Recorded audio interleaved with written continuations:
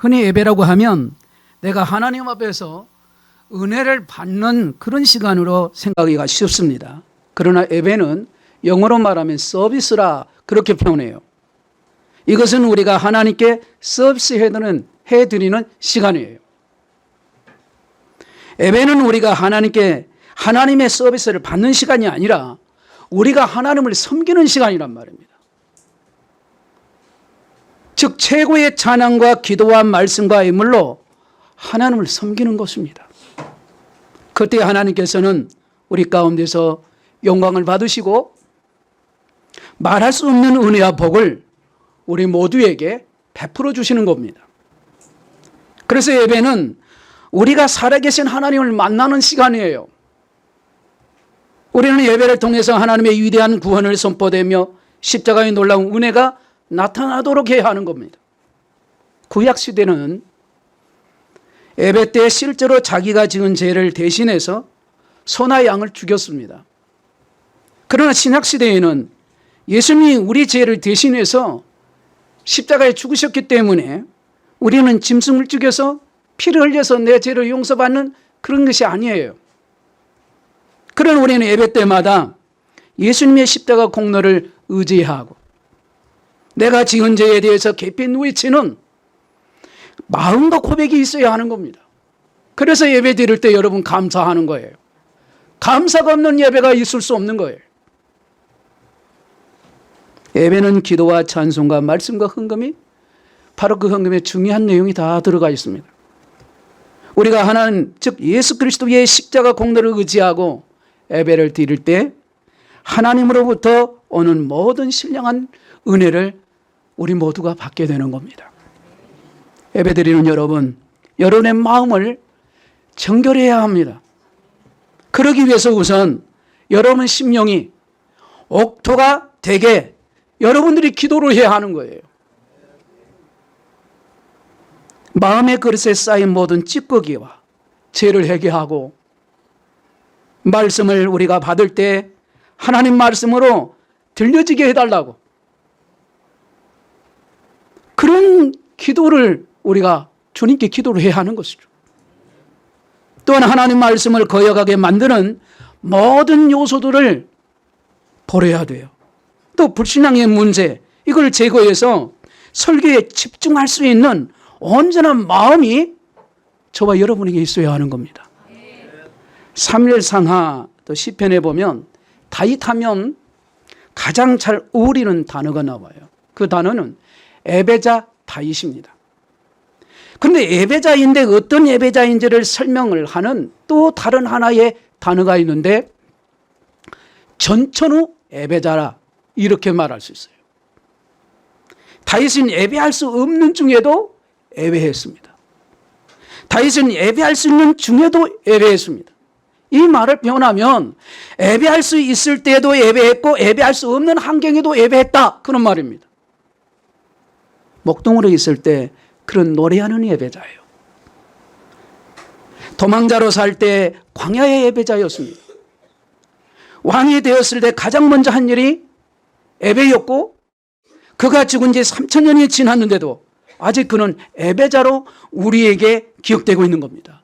그래서 그는 평생을 전천후로 살아간 예배자였다는 사실을 성경을 통해서 볼 수가 있는 겁니다.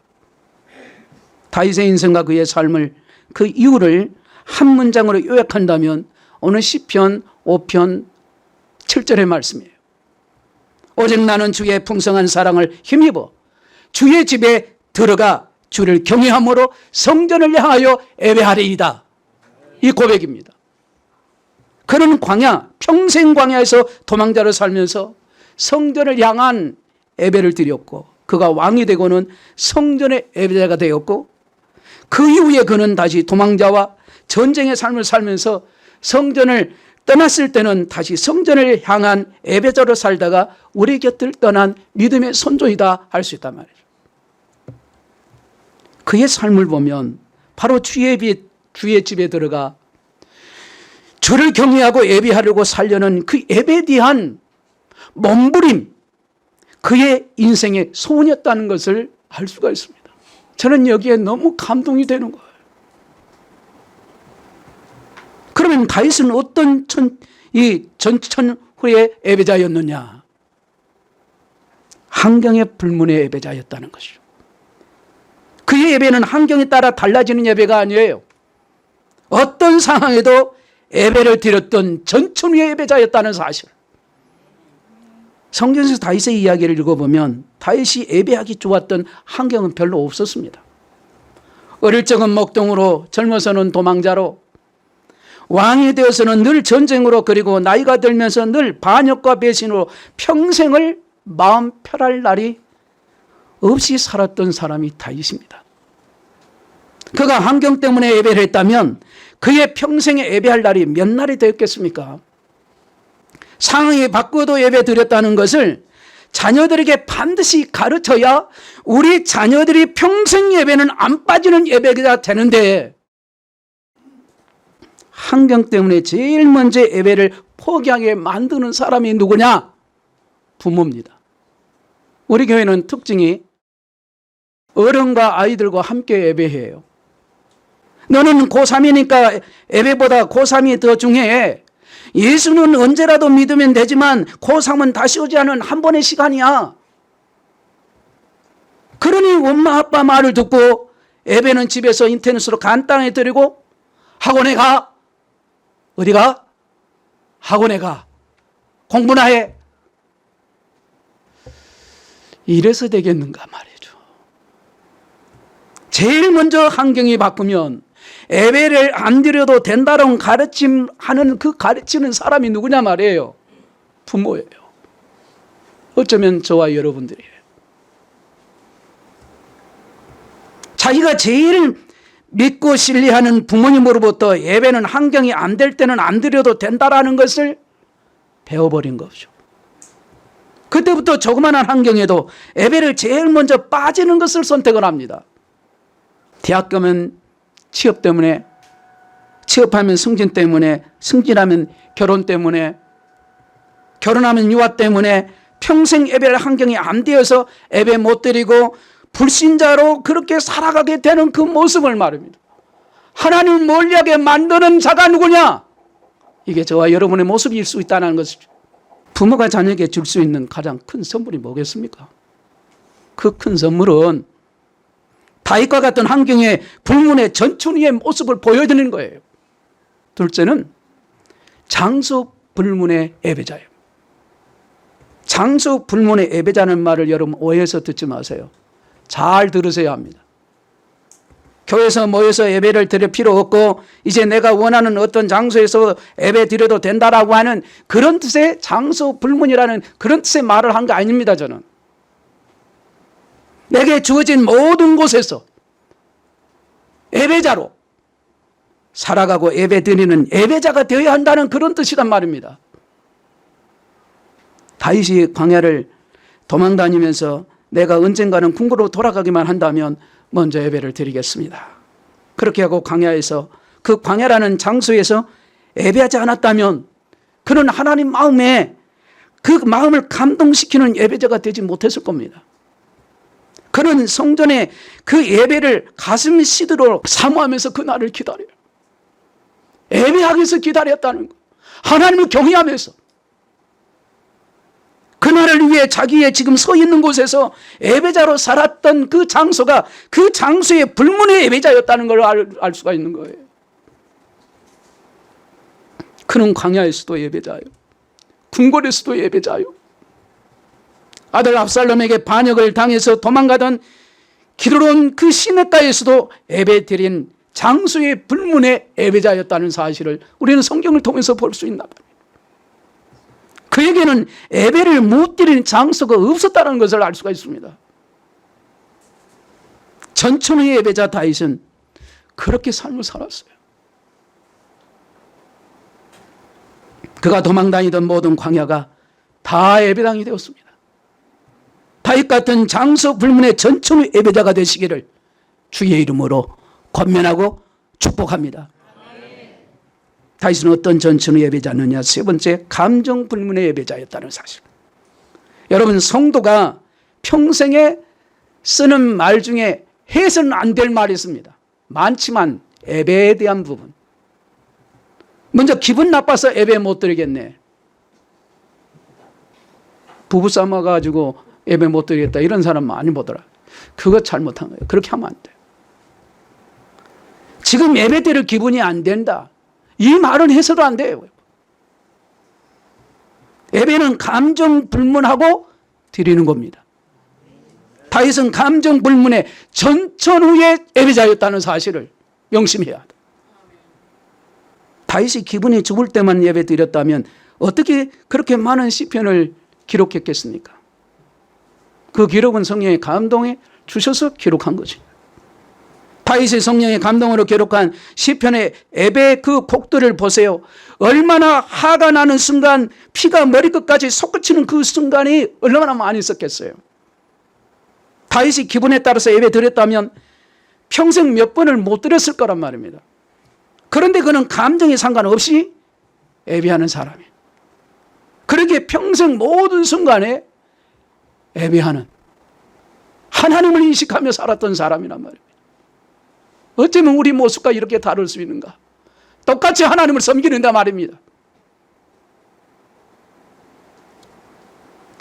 시편마다 달린 머릿말을 보면요, 눈물밖에 안 나오는 환경이 있다는 걸 알 수가 있어요.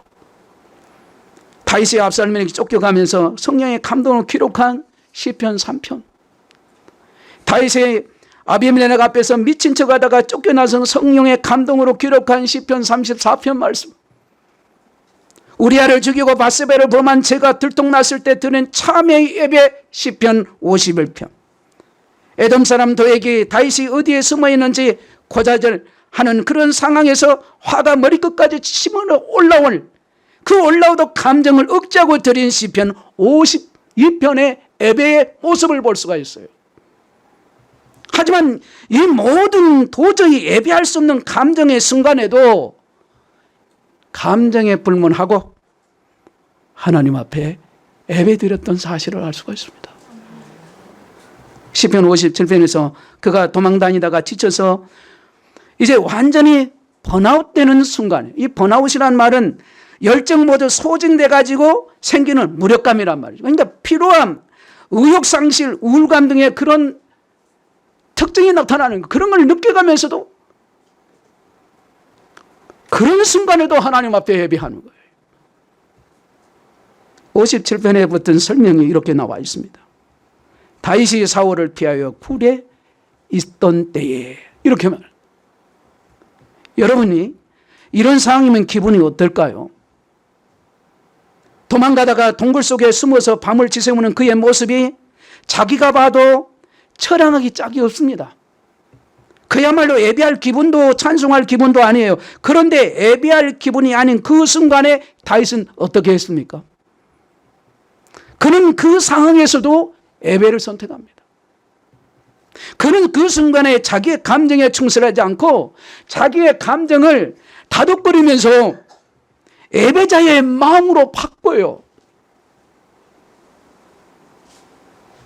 그리고 예배할 수 없는 마음을 예배할 수 있는 마음으로 바꾸어 내면서 이렇게 말합니다. 하나님이여, 내 마음이 확정되었고 내 마음이 확정되어 싸우니 내가 노래하고 내가 찬송할지어다. 내가 찬송하겠다. 감정대로 예배하는 사람이 아니라 그 감정을 이기는 예배자였다. 우리 모두가 그렇게 되기를 주의 이름으로 축원합니다. 그런 찬양할 수 없는 마음을 억지로 달리어서 이렇게 찬송을 합니다. 내 영광아 깰지어다. 비파야 스그마 깰지어다. 내가 새벽을 깨우리로다. 주여, 내가 만민 중에서 주께 감사하며 문나라 중에서 주를 찬송하리이다. 주의 영광이 온 세계 위에 높아지기를 원하나이다라는 고백을 해요. 여러분, 예배할 수 없는 환경 속에서도 예배하십시오. 예배가 그 환경을 바꿀 거란 말이죠. 예배하기 힘든 장소에서도 여러분 예배하십시오. 그곳에서 예배자가 되어야 모든 곳에서도 예배자가 되는 겁니다. 감정에 상관없이 하나님을 높임 받기에 합당한 분이시니 저와 여러분 모두가 다 저를 포함해서 예배하는 하나님의 사람이 될 수 있기를 축원합니다. 사무엘상 오늘 16장 14절부터 23절까지의 말씀은요, 왕인 사울과 왕이 될 다윗의 첫 만남에 대한 말씀이 소개되고 있습니다. 사울은 괴로워하는 자로 등장을 하고 다윗은 그 문제를 해결한 자로 그렇게 등장을 합니다. 사울은 악령에 시달리는 자로 등장하고 다윗은 성령이 임하는 자로 그렇게 등장하는 모습을 오늘 말씀에서 하고 있습니다. 사울은 치료가 필요한 사람으로 등장하고 다윗은 치료하는 사람으로 등장합니다. 다윗은 수금 연주로 사울을 치료합니다. 이 두 사람이 드린 이 작은 예배는 어떤 예배일까요? 치료하는 예배예요. 치료하는 예배. 14절에 사울이 여호와께서 부르시는 악령에 괴로움을 당합니다. 사울은 심한 번뇌와 우울증과 자기 비하와 열등감 그리고 불안 장애에 시달립니다. 그리고 14절, 15절, 16절을 보면 하나님께서 부르시는 그 악령이라고 그렇게 소개가 돼요. 계속 이 표현법을 쓴 것을 보면 왕에게 귀신이 씌었다 단도직입적으로 말하지 못하기 때문에 그 악령도 여호와께서 부르시는 영이라고 그렇게 앙곡한 표현을 하고 있습니다. 앙곡한 말하는 여러분 하다는 말은 상대의 감정을 상하지 않도록 그렇게 했다는 거죠. 그러니까 성령의 감동을 받아서 이렇게 기록을 한 겁니다. 이 문제를 해결해 줄 수 있는 사람, 다윗이 18절에서 등장을 합니다. 우리 읽겠습니다. 다 같이 시작. 소년 중 한 사람이 대답하여 이르되 내가 베들레헴 사람 이새의 아들을 본즉 석음을 탈 줄 알고 용기와 무용과 구변이 있는 준수한 자라. 여호와께서 그와 함께 계시더이다 하더라. 아멘. 자, 이 말씀을 보면 다윗이 어떤 사람인가를 알 수가 있죠. 석음을 연주를 잘했다는 거, 용기가 있고 무용은 날쓰고 용맹스럽고 쉽게 말하면 싸움을 잘했다는 얘기죠. 그리고 구변, 말도 잘했다는 거죠. 언변력이 있다는 거죠. 준수한 자. 그리고 우리가 주목해야 할 말씀의 단어가 나와요. 하나님이 함께 계시는 자라. 여호와께서 그와 함께 계시더이다. 하나님이 함께하는 자란 말입니다. 이게 가장 중요해요. 21절에 사울이 다윗을 보고 첫눈에 반합니다. 사울이 그를 크게 사랑했습니다. 이 크게 사랑했다는 말은 마음에 들었다는 뜻이죠. 치우자를 좋아하고 신뢰하니 그의 연주도 신뢰하게 되고 자연스럽게 경계심을 풀게 되고 그리고 사울이 다윗의 수금에 자신을 딱 맡깁니다. 그러니 치유가 일어나기 시작한 겁니다. 예배에 나온 성도가 앞에서 인도하는 찬양에 완전히 신뢰하고 맡길 때 은혜가 있고 치유가 있게 되는 겁니다. 찬양을 우리의 입술로 찬양을 해도 말입니다. 찬양을 들어도 말입니다. 치료가 일어나요. 연주를 잘하나 보자 하고 경계심을 가지고 하면 응답 없습니다. 왜 이런 찬양하나? 왜 저런 찬양을 하나? 경계심을 가지고 비판하기 시작하면 아무런 역사는 안 일어납니다. 사울이 다윗을 완전히 신뢰하고 그 연주에 자신을 맡기니 치유가 일어나요. 나중에는 알지만 다윗을 신뢰하지 못했을 때 사울은 평생 번민과 괴로움으로 살았던 사실을 우리는 성경을 통해서 알 수가 있습니다. 23절에 사울에게 악령이 임하여 다윗이 수금을 탔을 때 사울이 상쾌하고 낫고 악령이 떠났다는 사실을 오늘 본문이라. 다윗과 사울이 드린 예배는 치유가 있는 예배입니다. 세상의 모든 예배는 그 숫자에 상관없이 두 종류의 사람이 함께 예배를 합니다. 치유가 필요한 사람과 치유의 통로가 되는 사람이 함께 예배하는 거예요. 때로는 내가 치유가 필요한 사람으로 예배를 드릴 때가 있고 때로는 누군가를 치료하는 사람으로 예배를 드릴 때도 있습니다. 그러므로 예배는 약해도 드려야 되고 강해도 드려야 돼요. 약할 때는 도움을 받고 강할 때는 도움을 주면서 예배를 드리는 겁니다. 저는 우리 애엄교회에서 예배를 드릴 때마다 예수님을 마음으로 믿고 입으로 시인하여 구원의 은총을 입고 새 생명의 역사와 영육의 치유가 일어나는 예배가 되기를 소원합니다.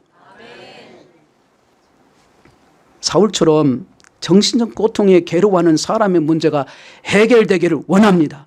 예배 중에 귀신이 떠나가고 근심과 번뇌가 눌린 그 사람이 자유롭게 되고 울지는 않는 성도가 상쾌해지고 공황장애에서 벗어나고 강박증에서 벗어나고 피해 망상증을 극복하고 불면증이 사라지고 양극성 장애가 사라지고 조현병이 고침받고 모든 괴롭히는 그러한 병들이 예배 중에 하나님을 찬양한 전에 떠나가기를 소원합니다. 정신병뿐만 아니라 보이는 몸의 병까지도 다 치료가 되는 예배가 되기를 소원합니다. 우리가 드리는 찬양에 악령이 괴로워하다가 마침내 떠나는 예배, 번뇌하며 왔다가 기쁨으로 나가는 예배, 병을 가지고 왔다가 병에서 벗어나는 그 기쁨을 체험하고 하나님 만남의 역사가 있는 예배, 할렐루야! 이런 예배 드리기를, 이런 예배가 있는 하나님이 역사하시는 예배가 되어지기를 소망합니다. 그래서 치유가 일어나는 예배 되기를 소원합니다. 그렇다면 우리는 질문이 나와요. 질문을 할 수가 있습니다. 다윗의 수금 실력이 얼마나 좋았으면 이런 일이 일어났을까? 여러분 다시 묻습니다. 사울을 고친 것이 다윗의 수금 실력 때문일까요? 다른 이유가 있었을까요? 물론 기본적으로 실력이 갖췄을 거란 말입니다. 그것만이 아니라는 것을 우리는 알고 있어요.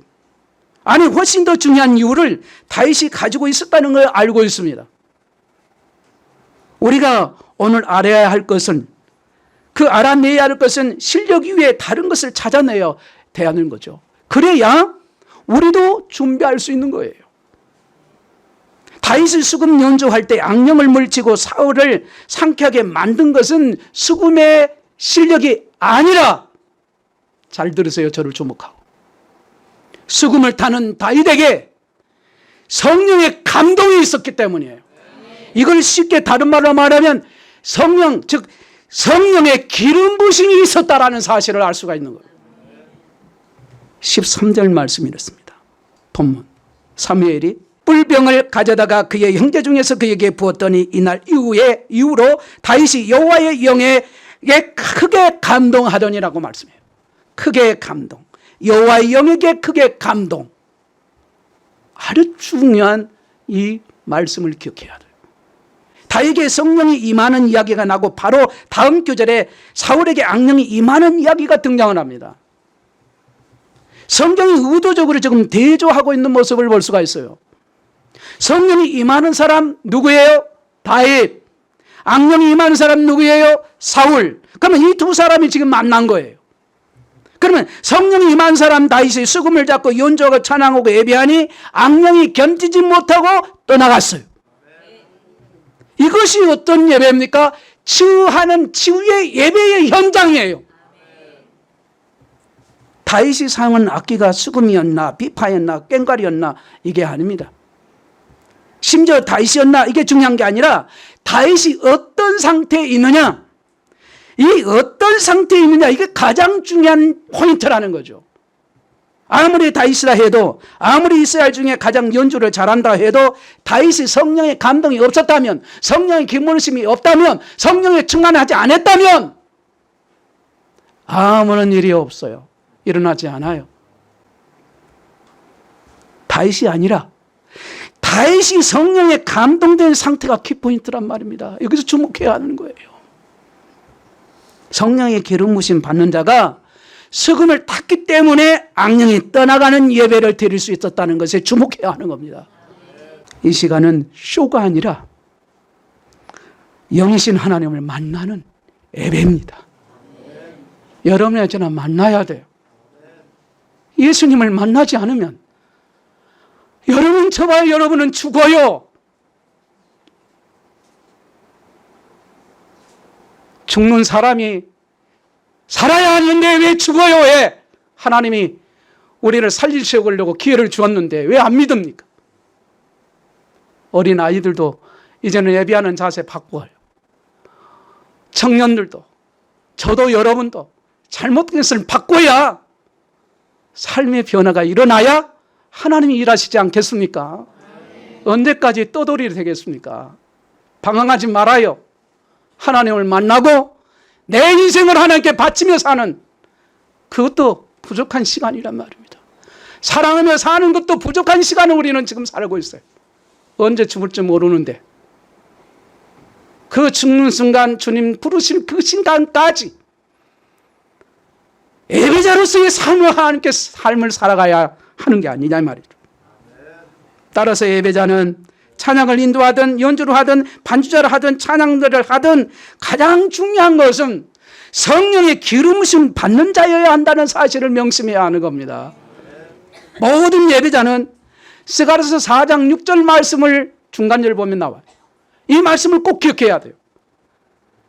만군의 여호와께서 말씀하시되 이는 힘으로 되지 아니하며 능력으로 되지 아니하며 오직 나의 영으로 되느니라.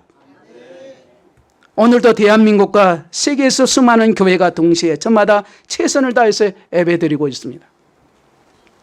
그 예배를 드리기 위해서 주중에 연습하고 주일에도 찬양대가 찬양 연습하고 곡을 외우고 맞춰보고 이어폰으로 또 분을 찬양을 계속 반복하고 어떻게 하든지 계속 소통하면서 예배를 준비합니다.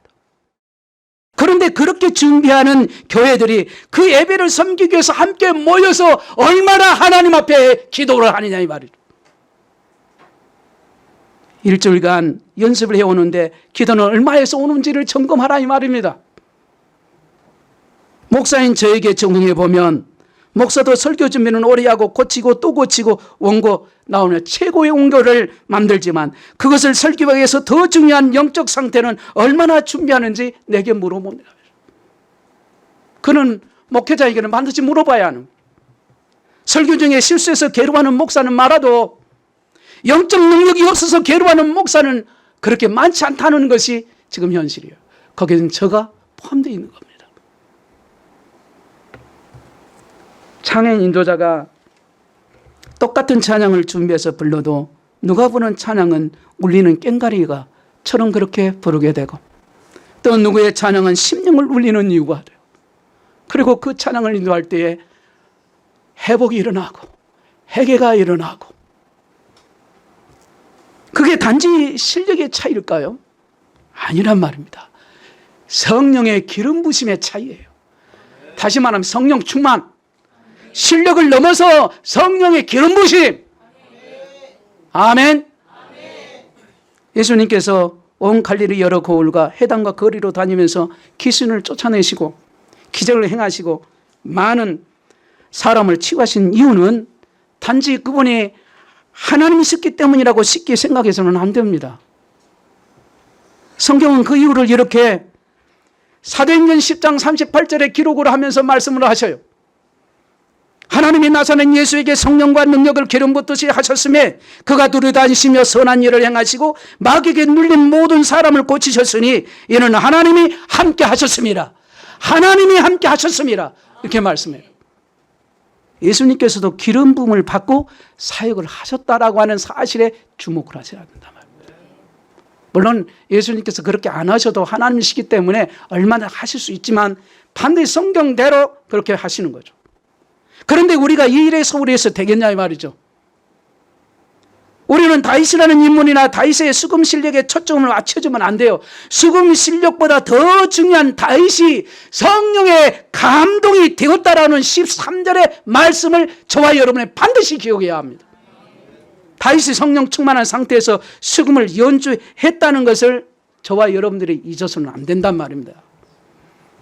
완벽하게 오늘 부를 찬양 연습이 끝났다고 안심해서도 안 되고 예배의 완전한 순서와 콘티가 나왔다고 안심해서도 안 돼요. 진짜 예배는 그때부터 시작하는 겁니다. 오늘 예배에 나오신 여러분은 어떻습니까?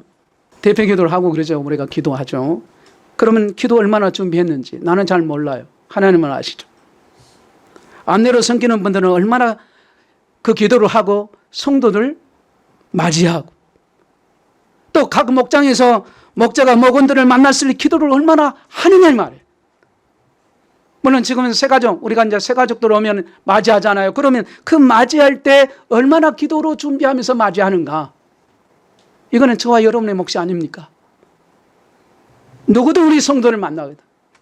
만약에 우리 교사가 있으면 교사들은 얼마나 기도하고 천하보다 귀한 어린 그 영혼을 한대하면서 또 사역자들은 얼마나 기름 부음으로 무장하고 성도를 맞이하는가, 이게 얼마나 중요한가를 우리가 깨우쳐야 된다는 거죠. 이게 저의 삶이고 여러분의 삶 아니겠습니까? 그리고 예배드리러 나와 있는 이 자리에 앉아있는 여러분은 어떻게 준비해야 하겠습니까?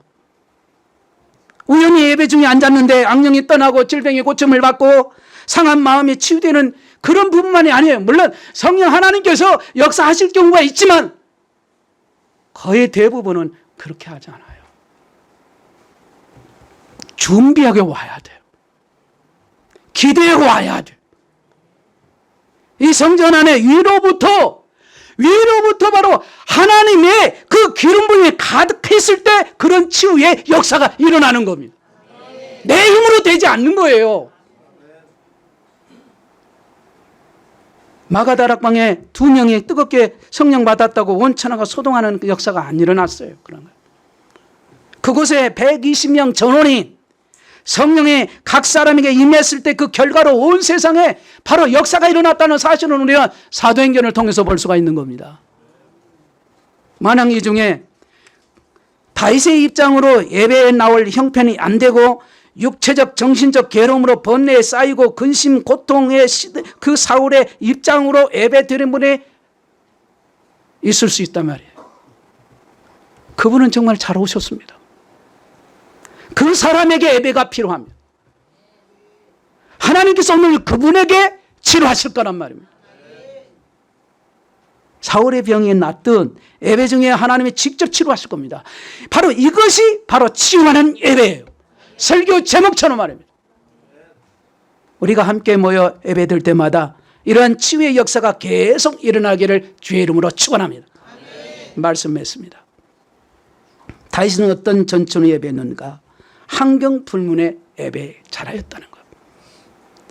그는 그의 예배는 환경에 따라 달라지는 예배가 아니었어요. 어떤 상황에서도 예배를 드렸던 전천후의 예배자.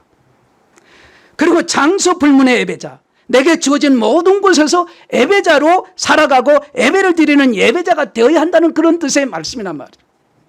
또 감정 불문의 예배자. 성도가 평생에 써서는 안 되는 말이 있는데 그 말이 뭐냐? 기분 나빠 예배 못 드리겠다. 지금 예배 드릴 기분이 아니야. 이 말은 해서는 안 되는 말이에요. 예배는 감정 불문에 하고 드리는 거예요. 다윗은 감정 불문의 전천후 예배자였어. 사울과 다윗이 드린 예배는 치료가 필요한 자와 그 치료의 통로가 되는 자가 드리는 예배였습니다. 사울은 다윗의 수금의 연주를 통해서 영이 그 삼켜지고 악령이 떠났다는 사실이 오늘 본문에 말씀하고 있어요. 우리도 살다 보면 사울 같은 마음으로 예배 드릴 때가 있고 다윗과 같은 마음으로 예배 드릴 때가 있습니다. 여러분 중에 여러분의 마음이나 바로 그 마음이 또 영혼이 치유되는 경험을 하신 적이 있나 이거 말이죠. 아니면 여러분의 예배가 누군가를 치유하고 있다는 말이 어떻게 오늘 말씀이 다가옵니까? 다윗의 수금 실력이 치유를 일으킨 게 아니라 성령의 감동을 받은 다윗이 연주했기 때문에 힘이나 능력이 아닌 하나님이 부어주시는 성령의 능력이 주의 일을 하는데 가장 중요하고 예배를 드리는 예배자에게도 가장 중요하다는 것.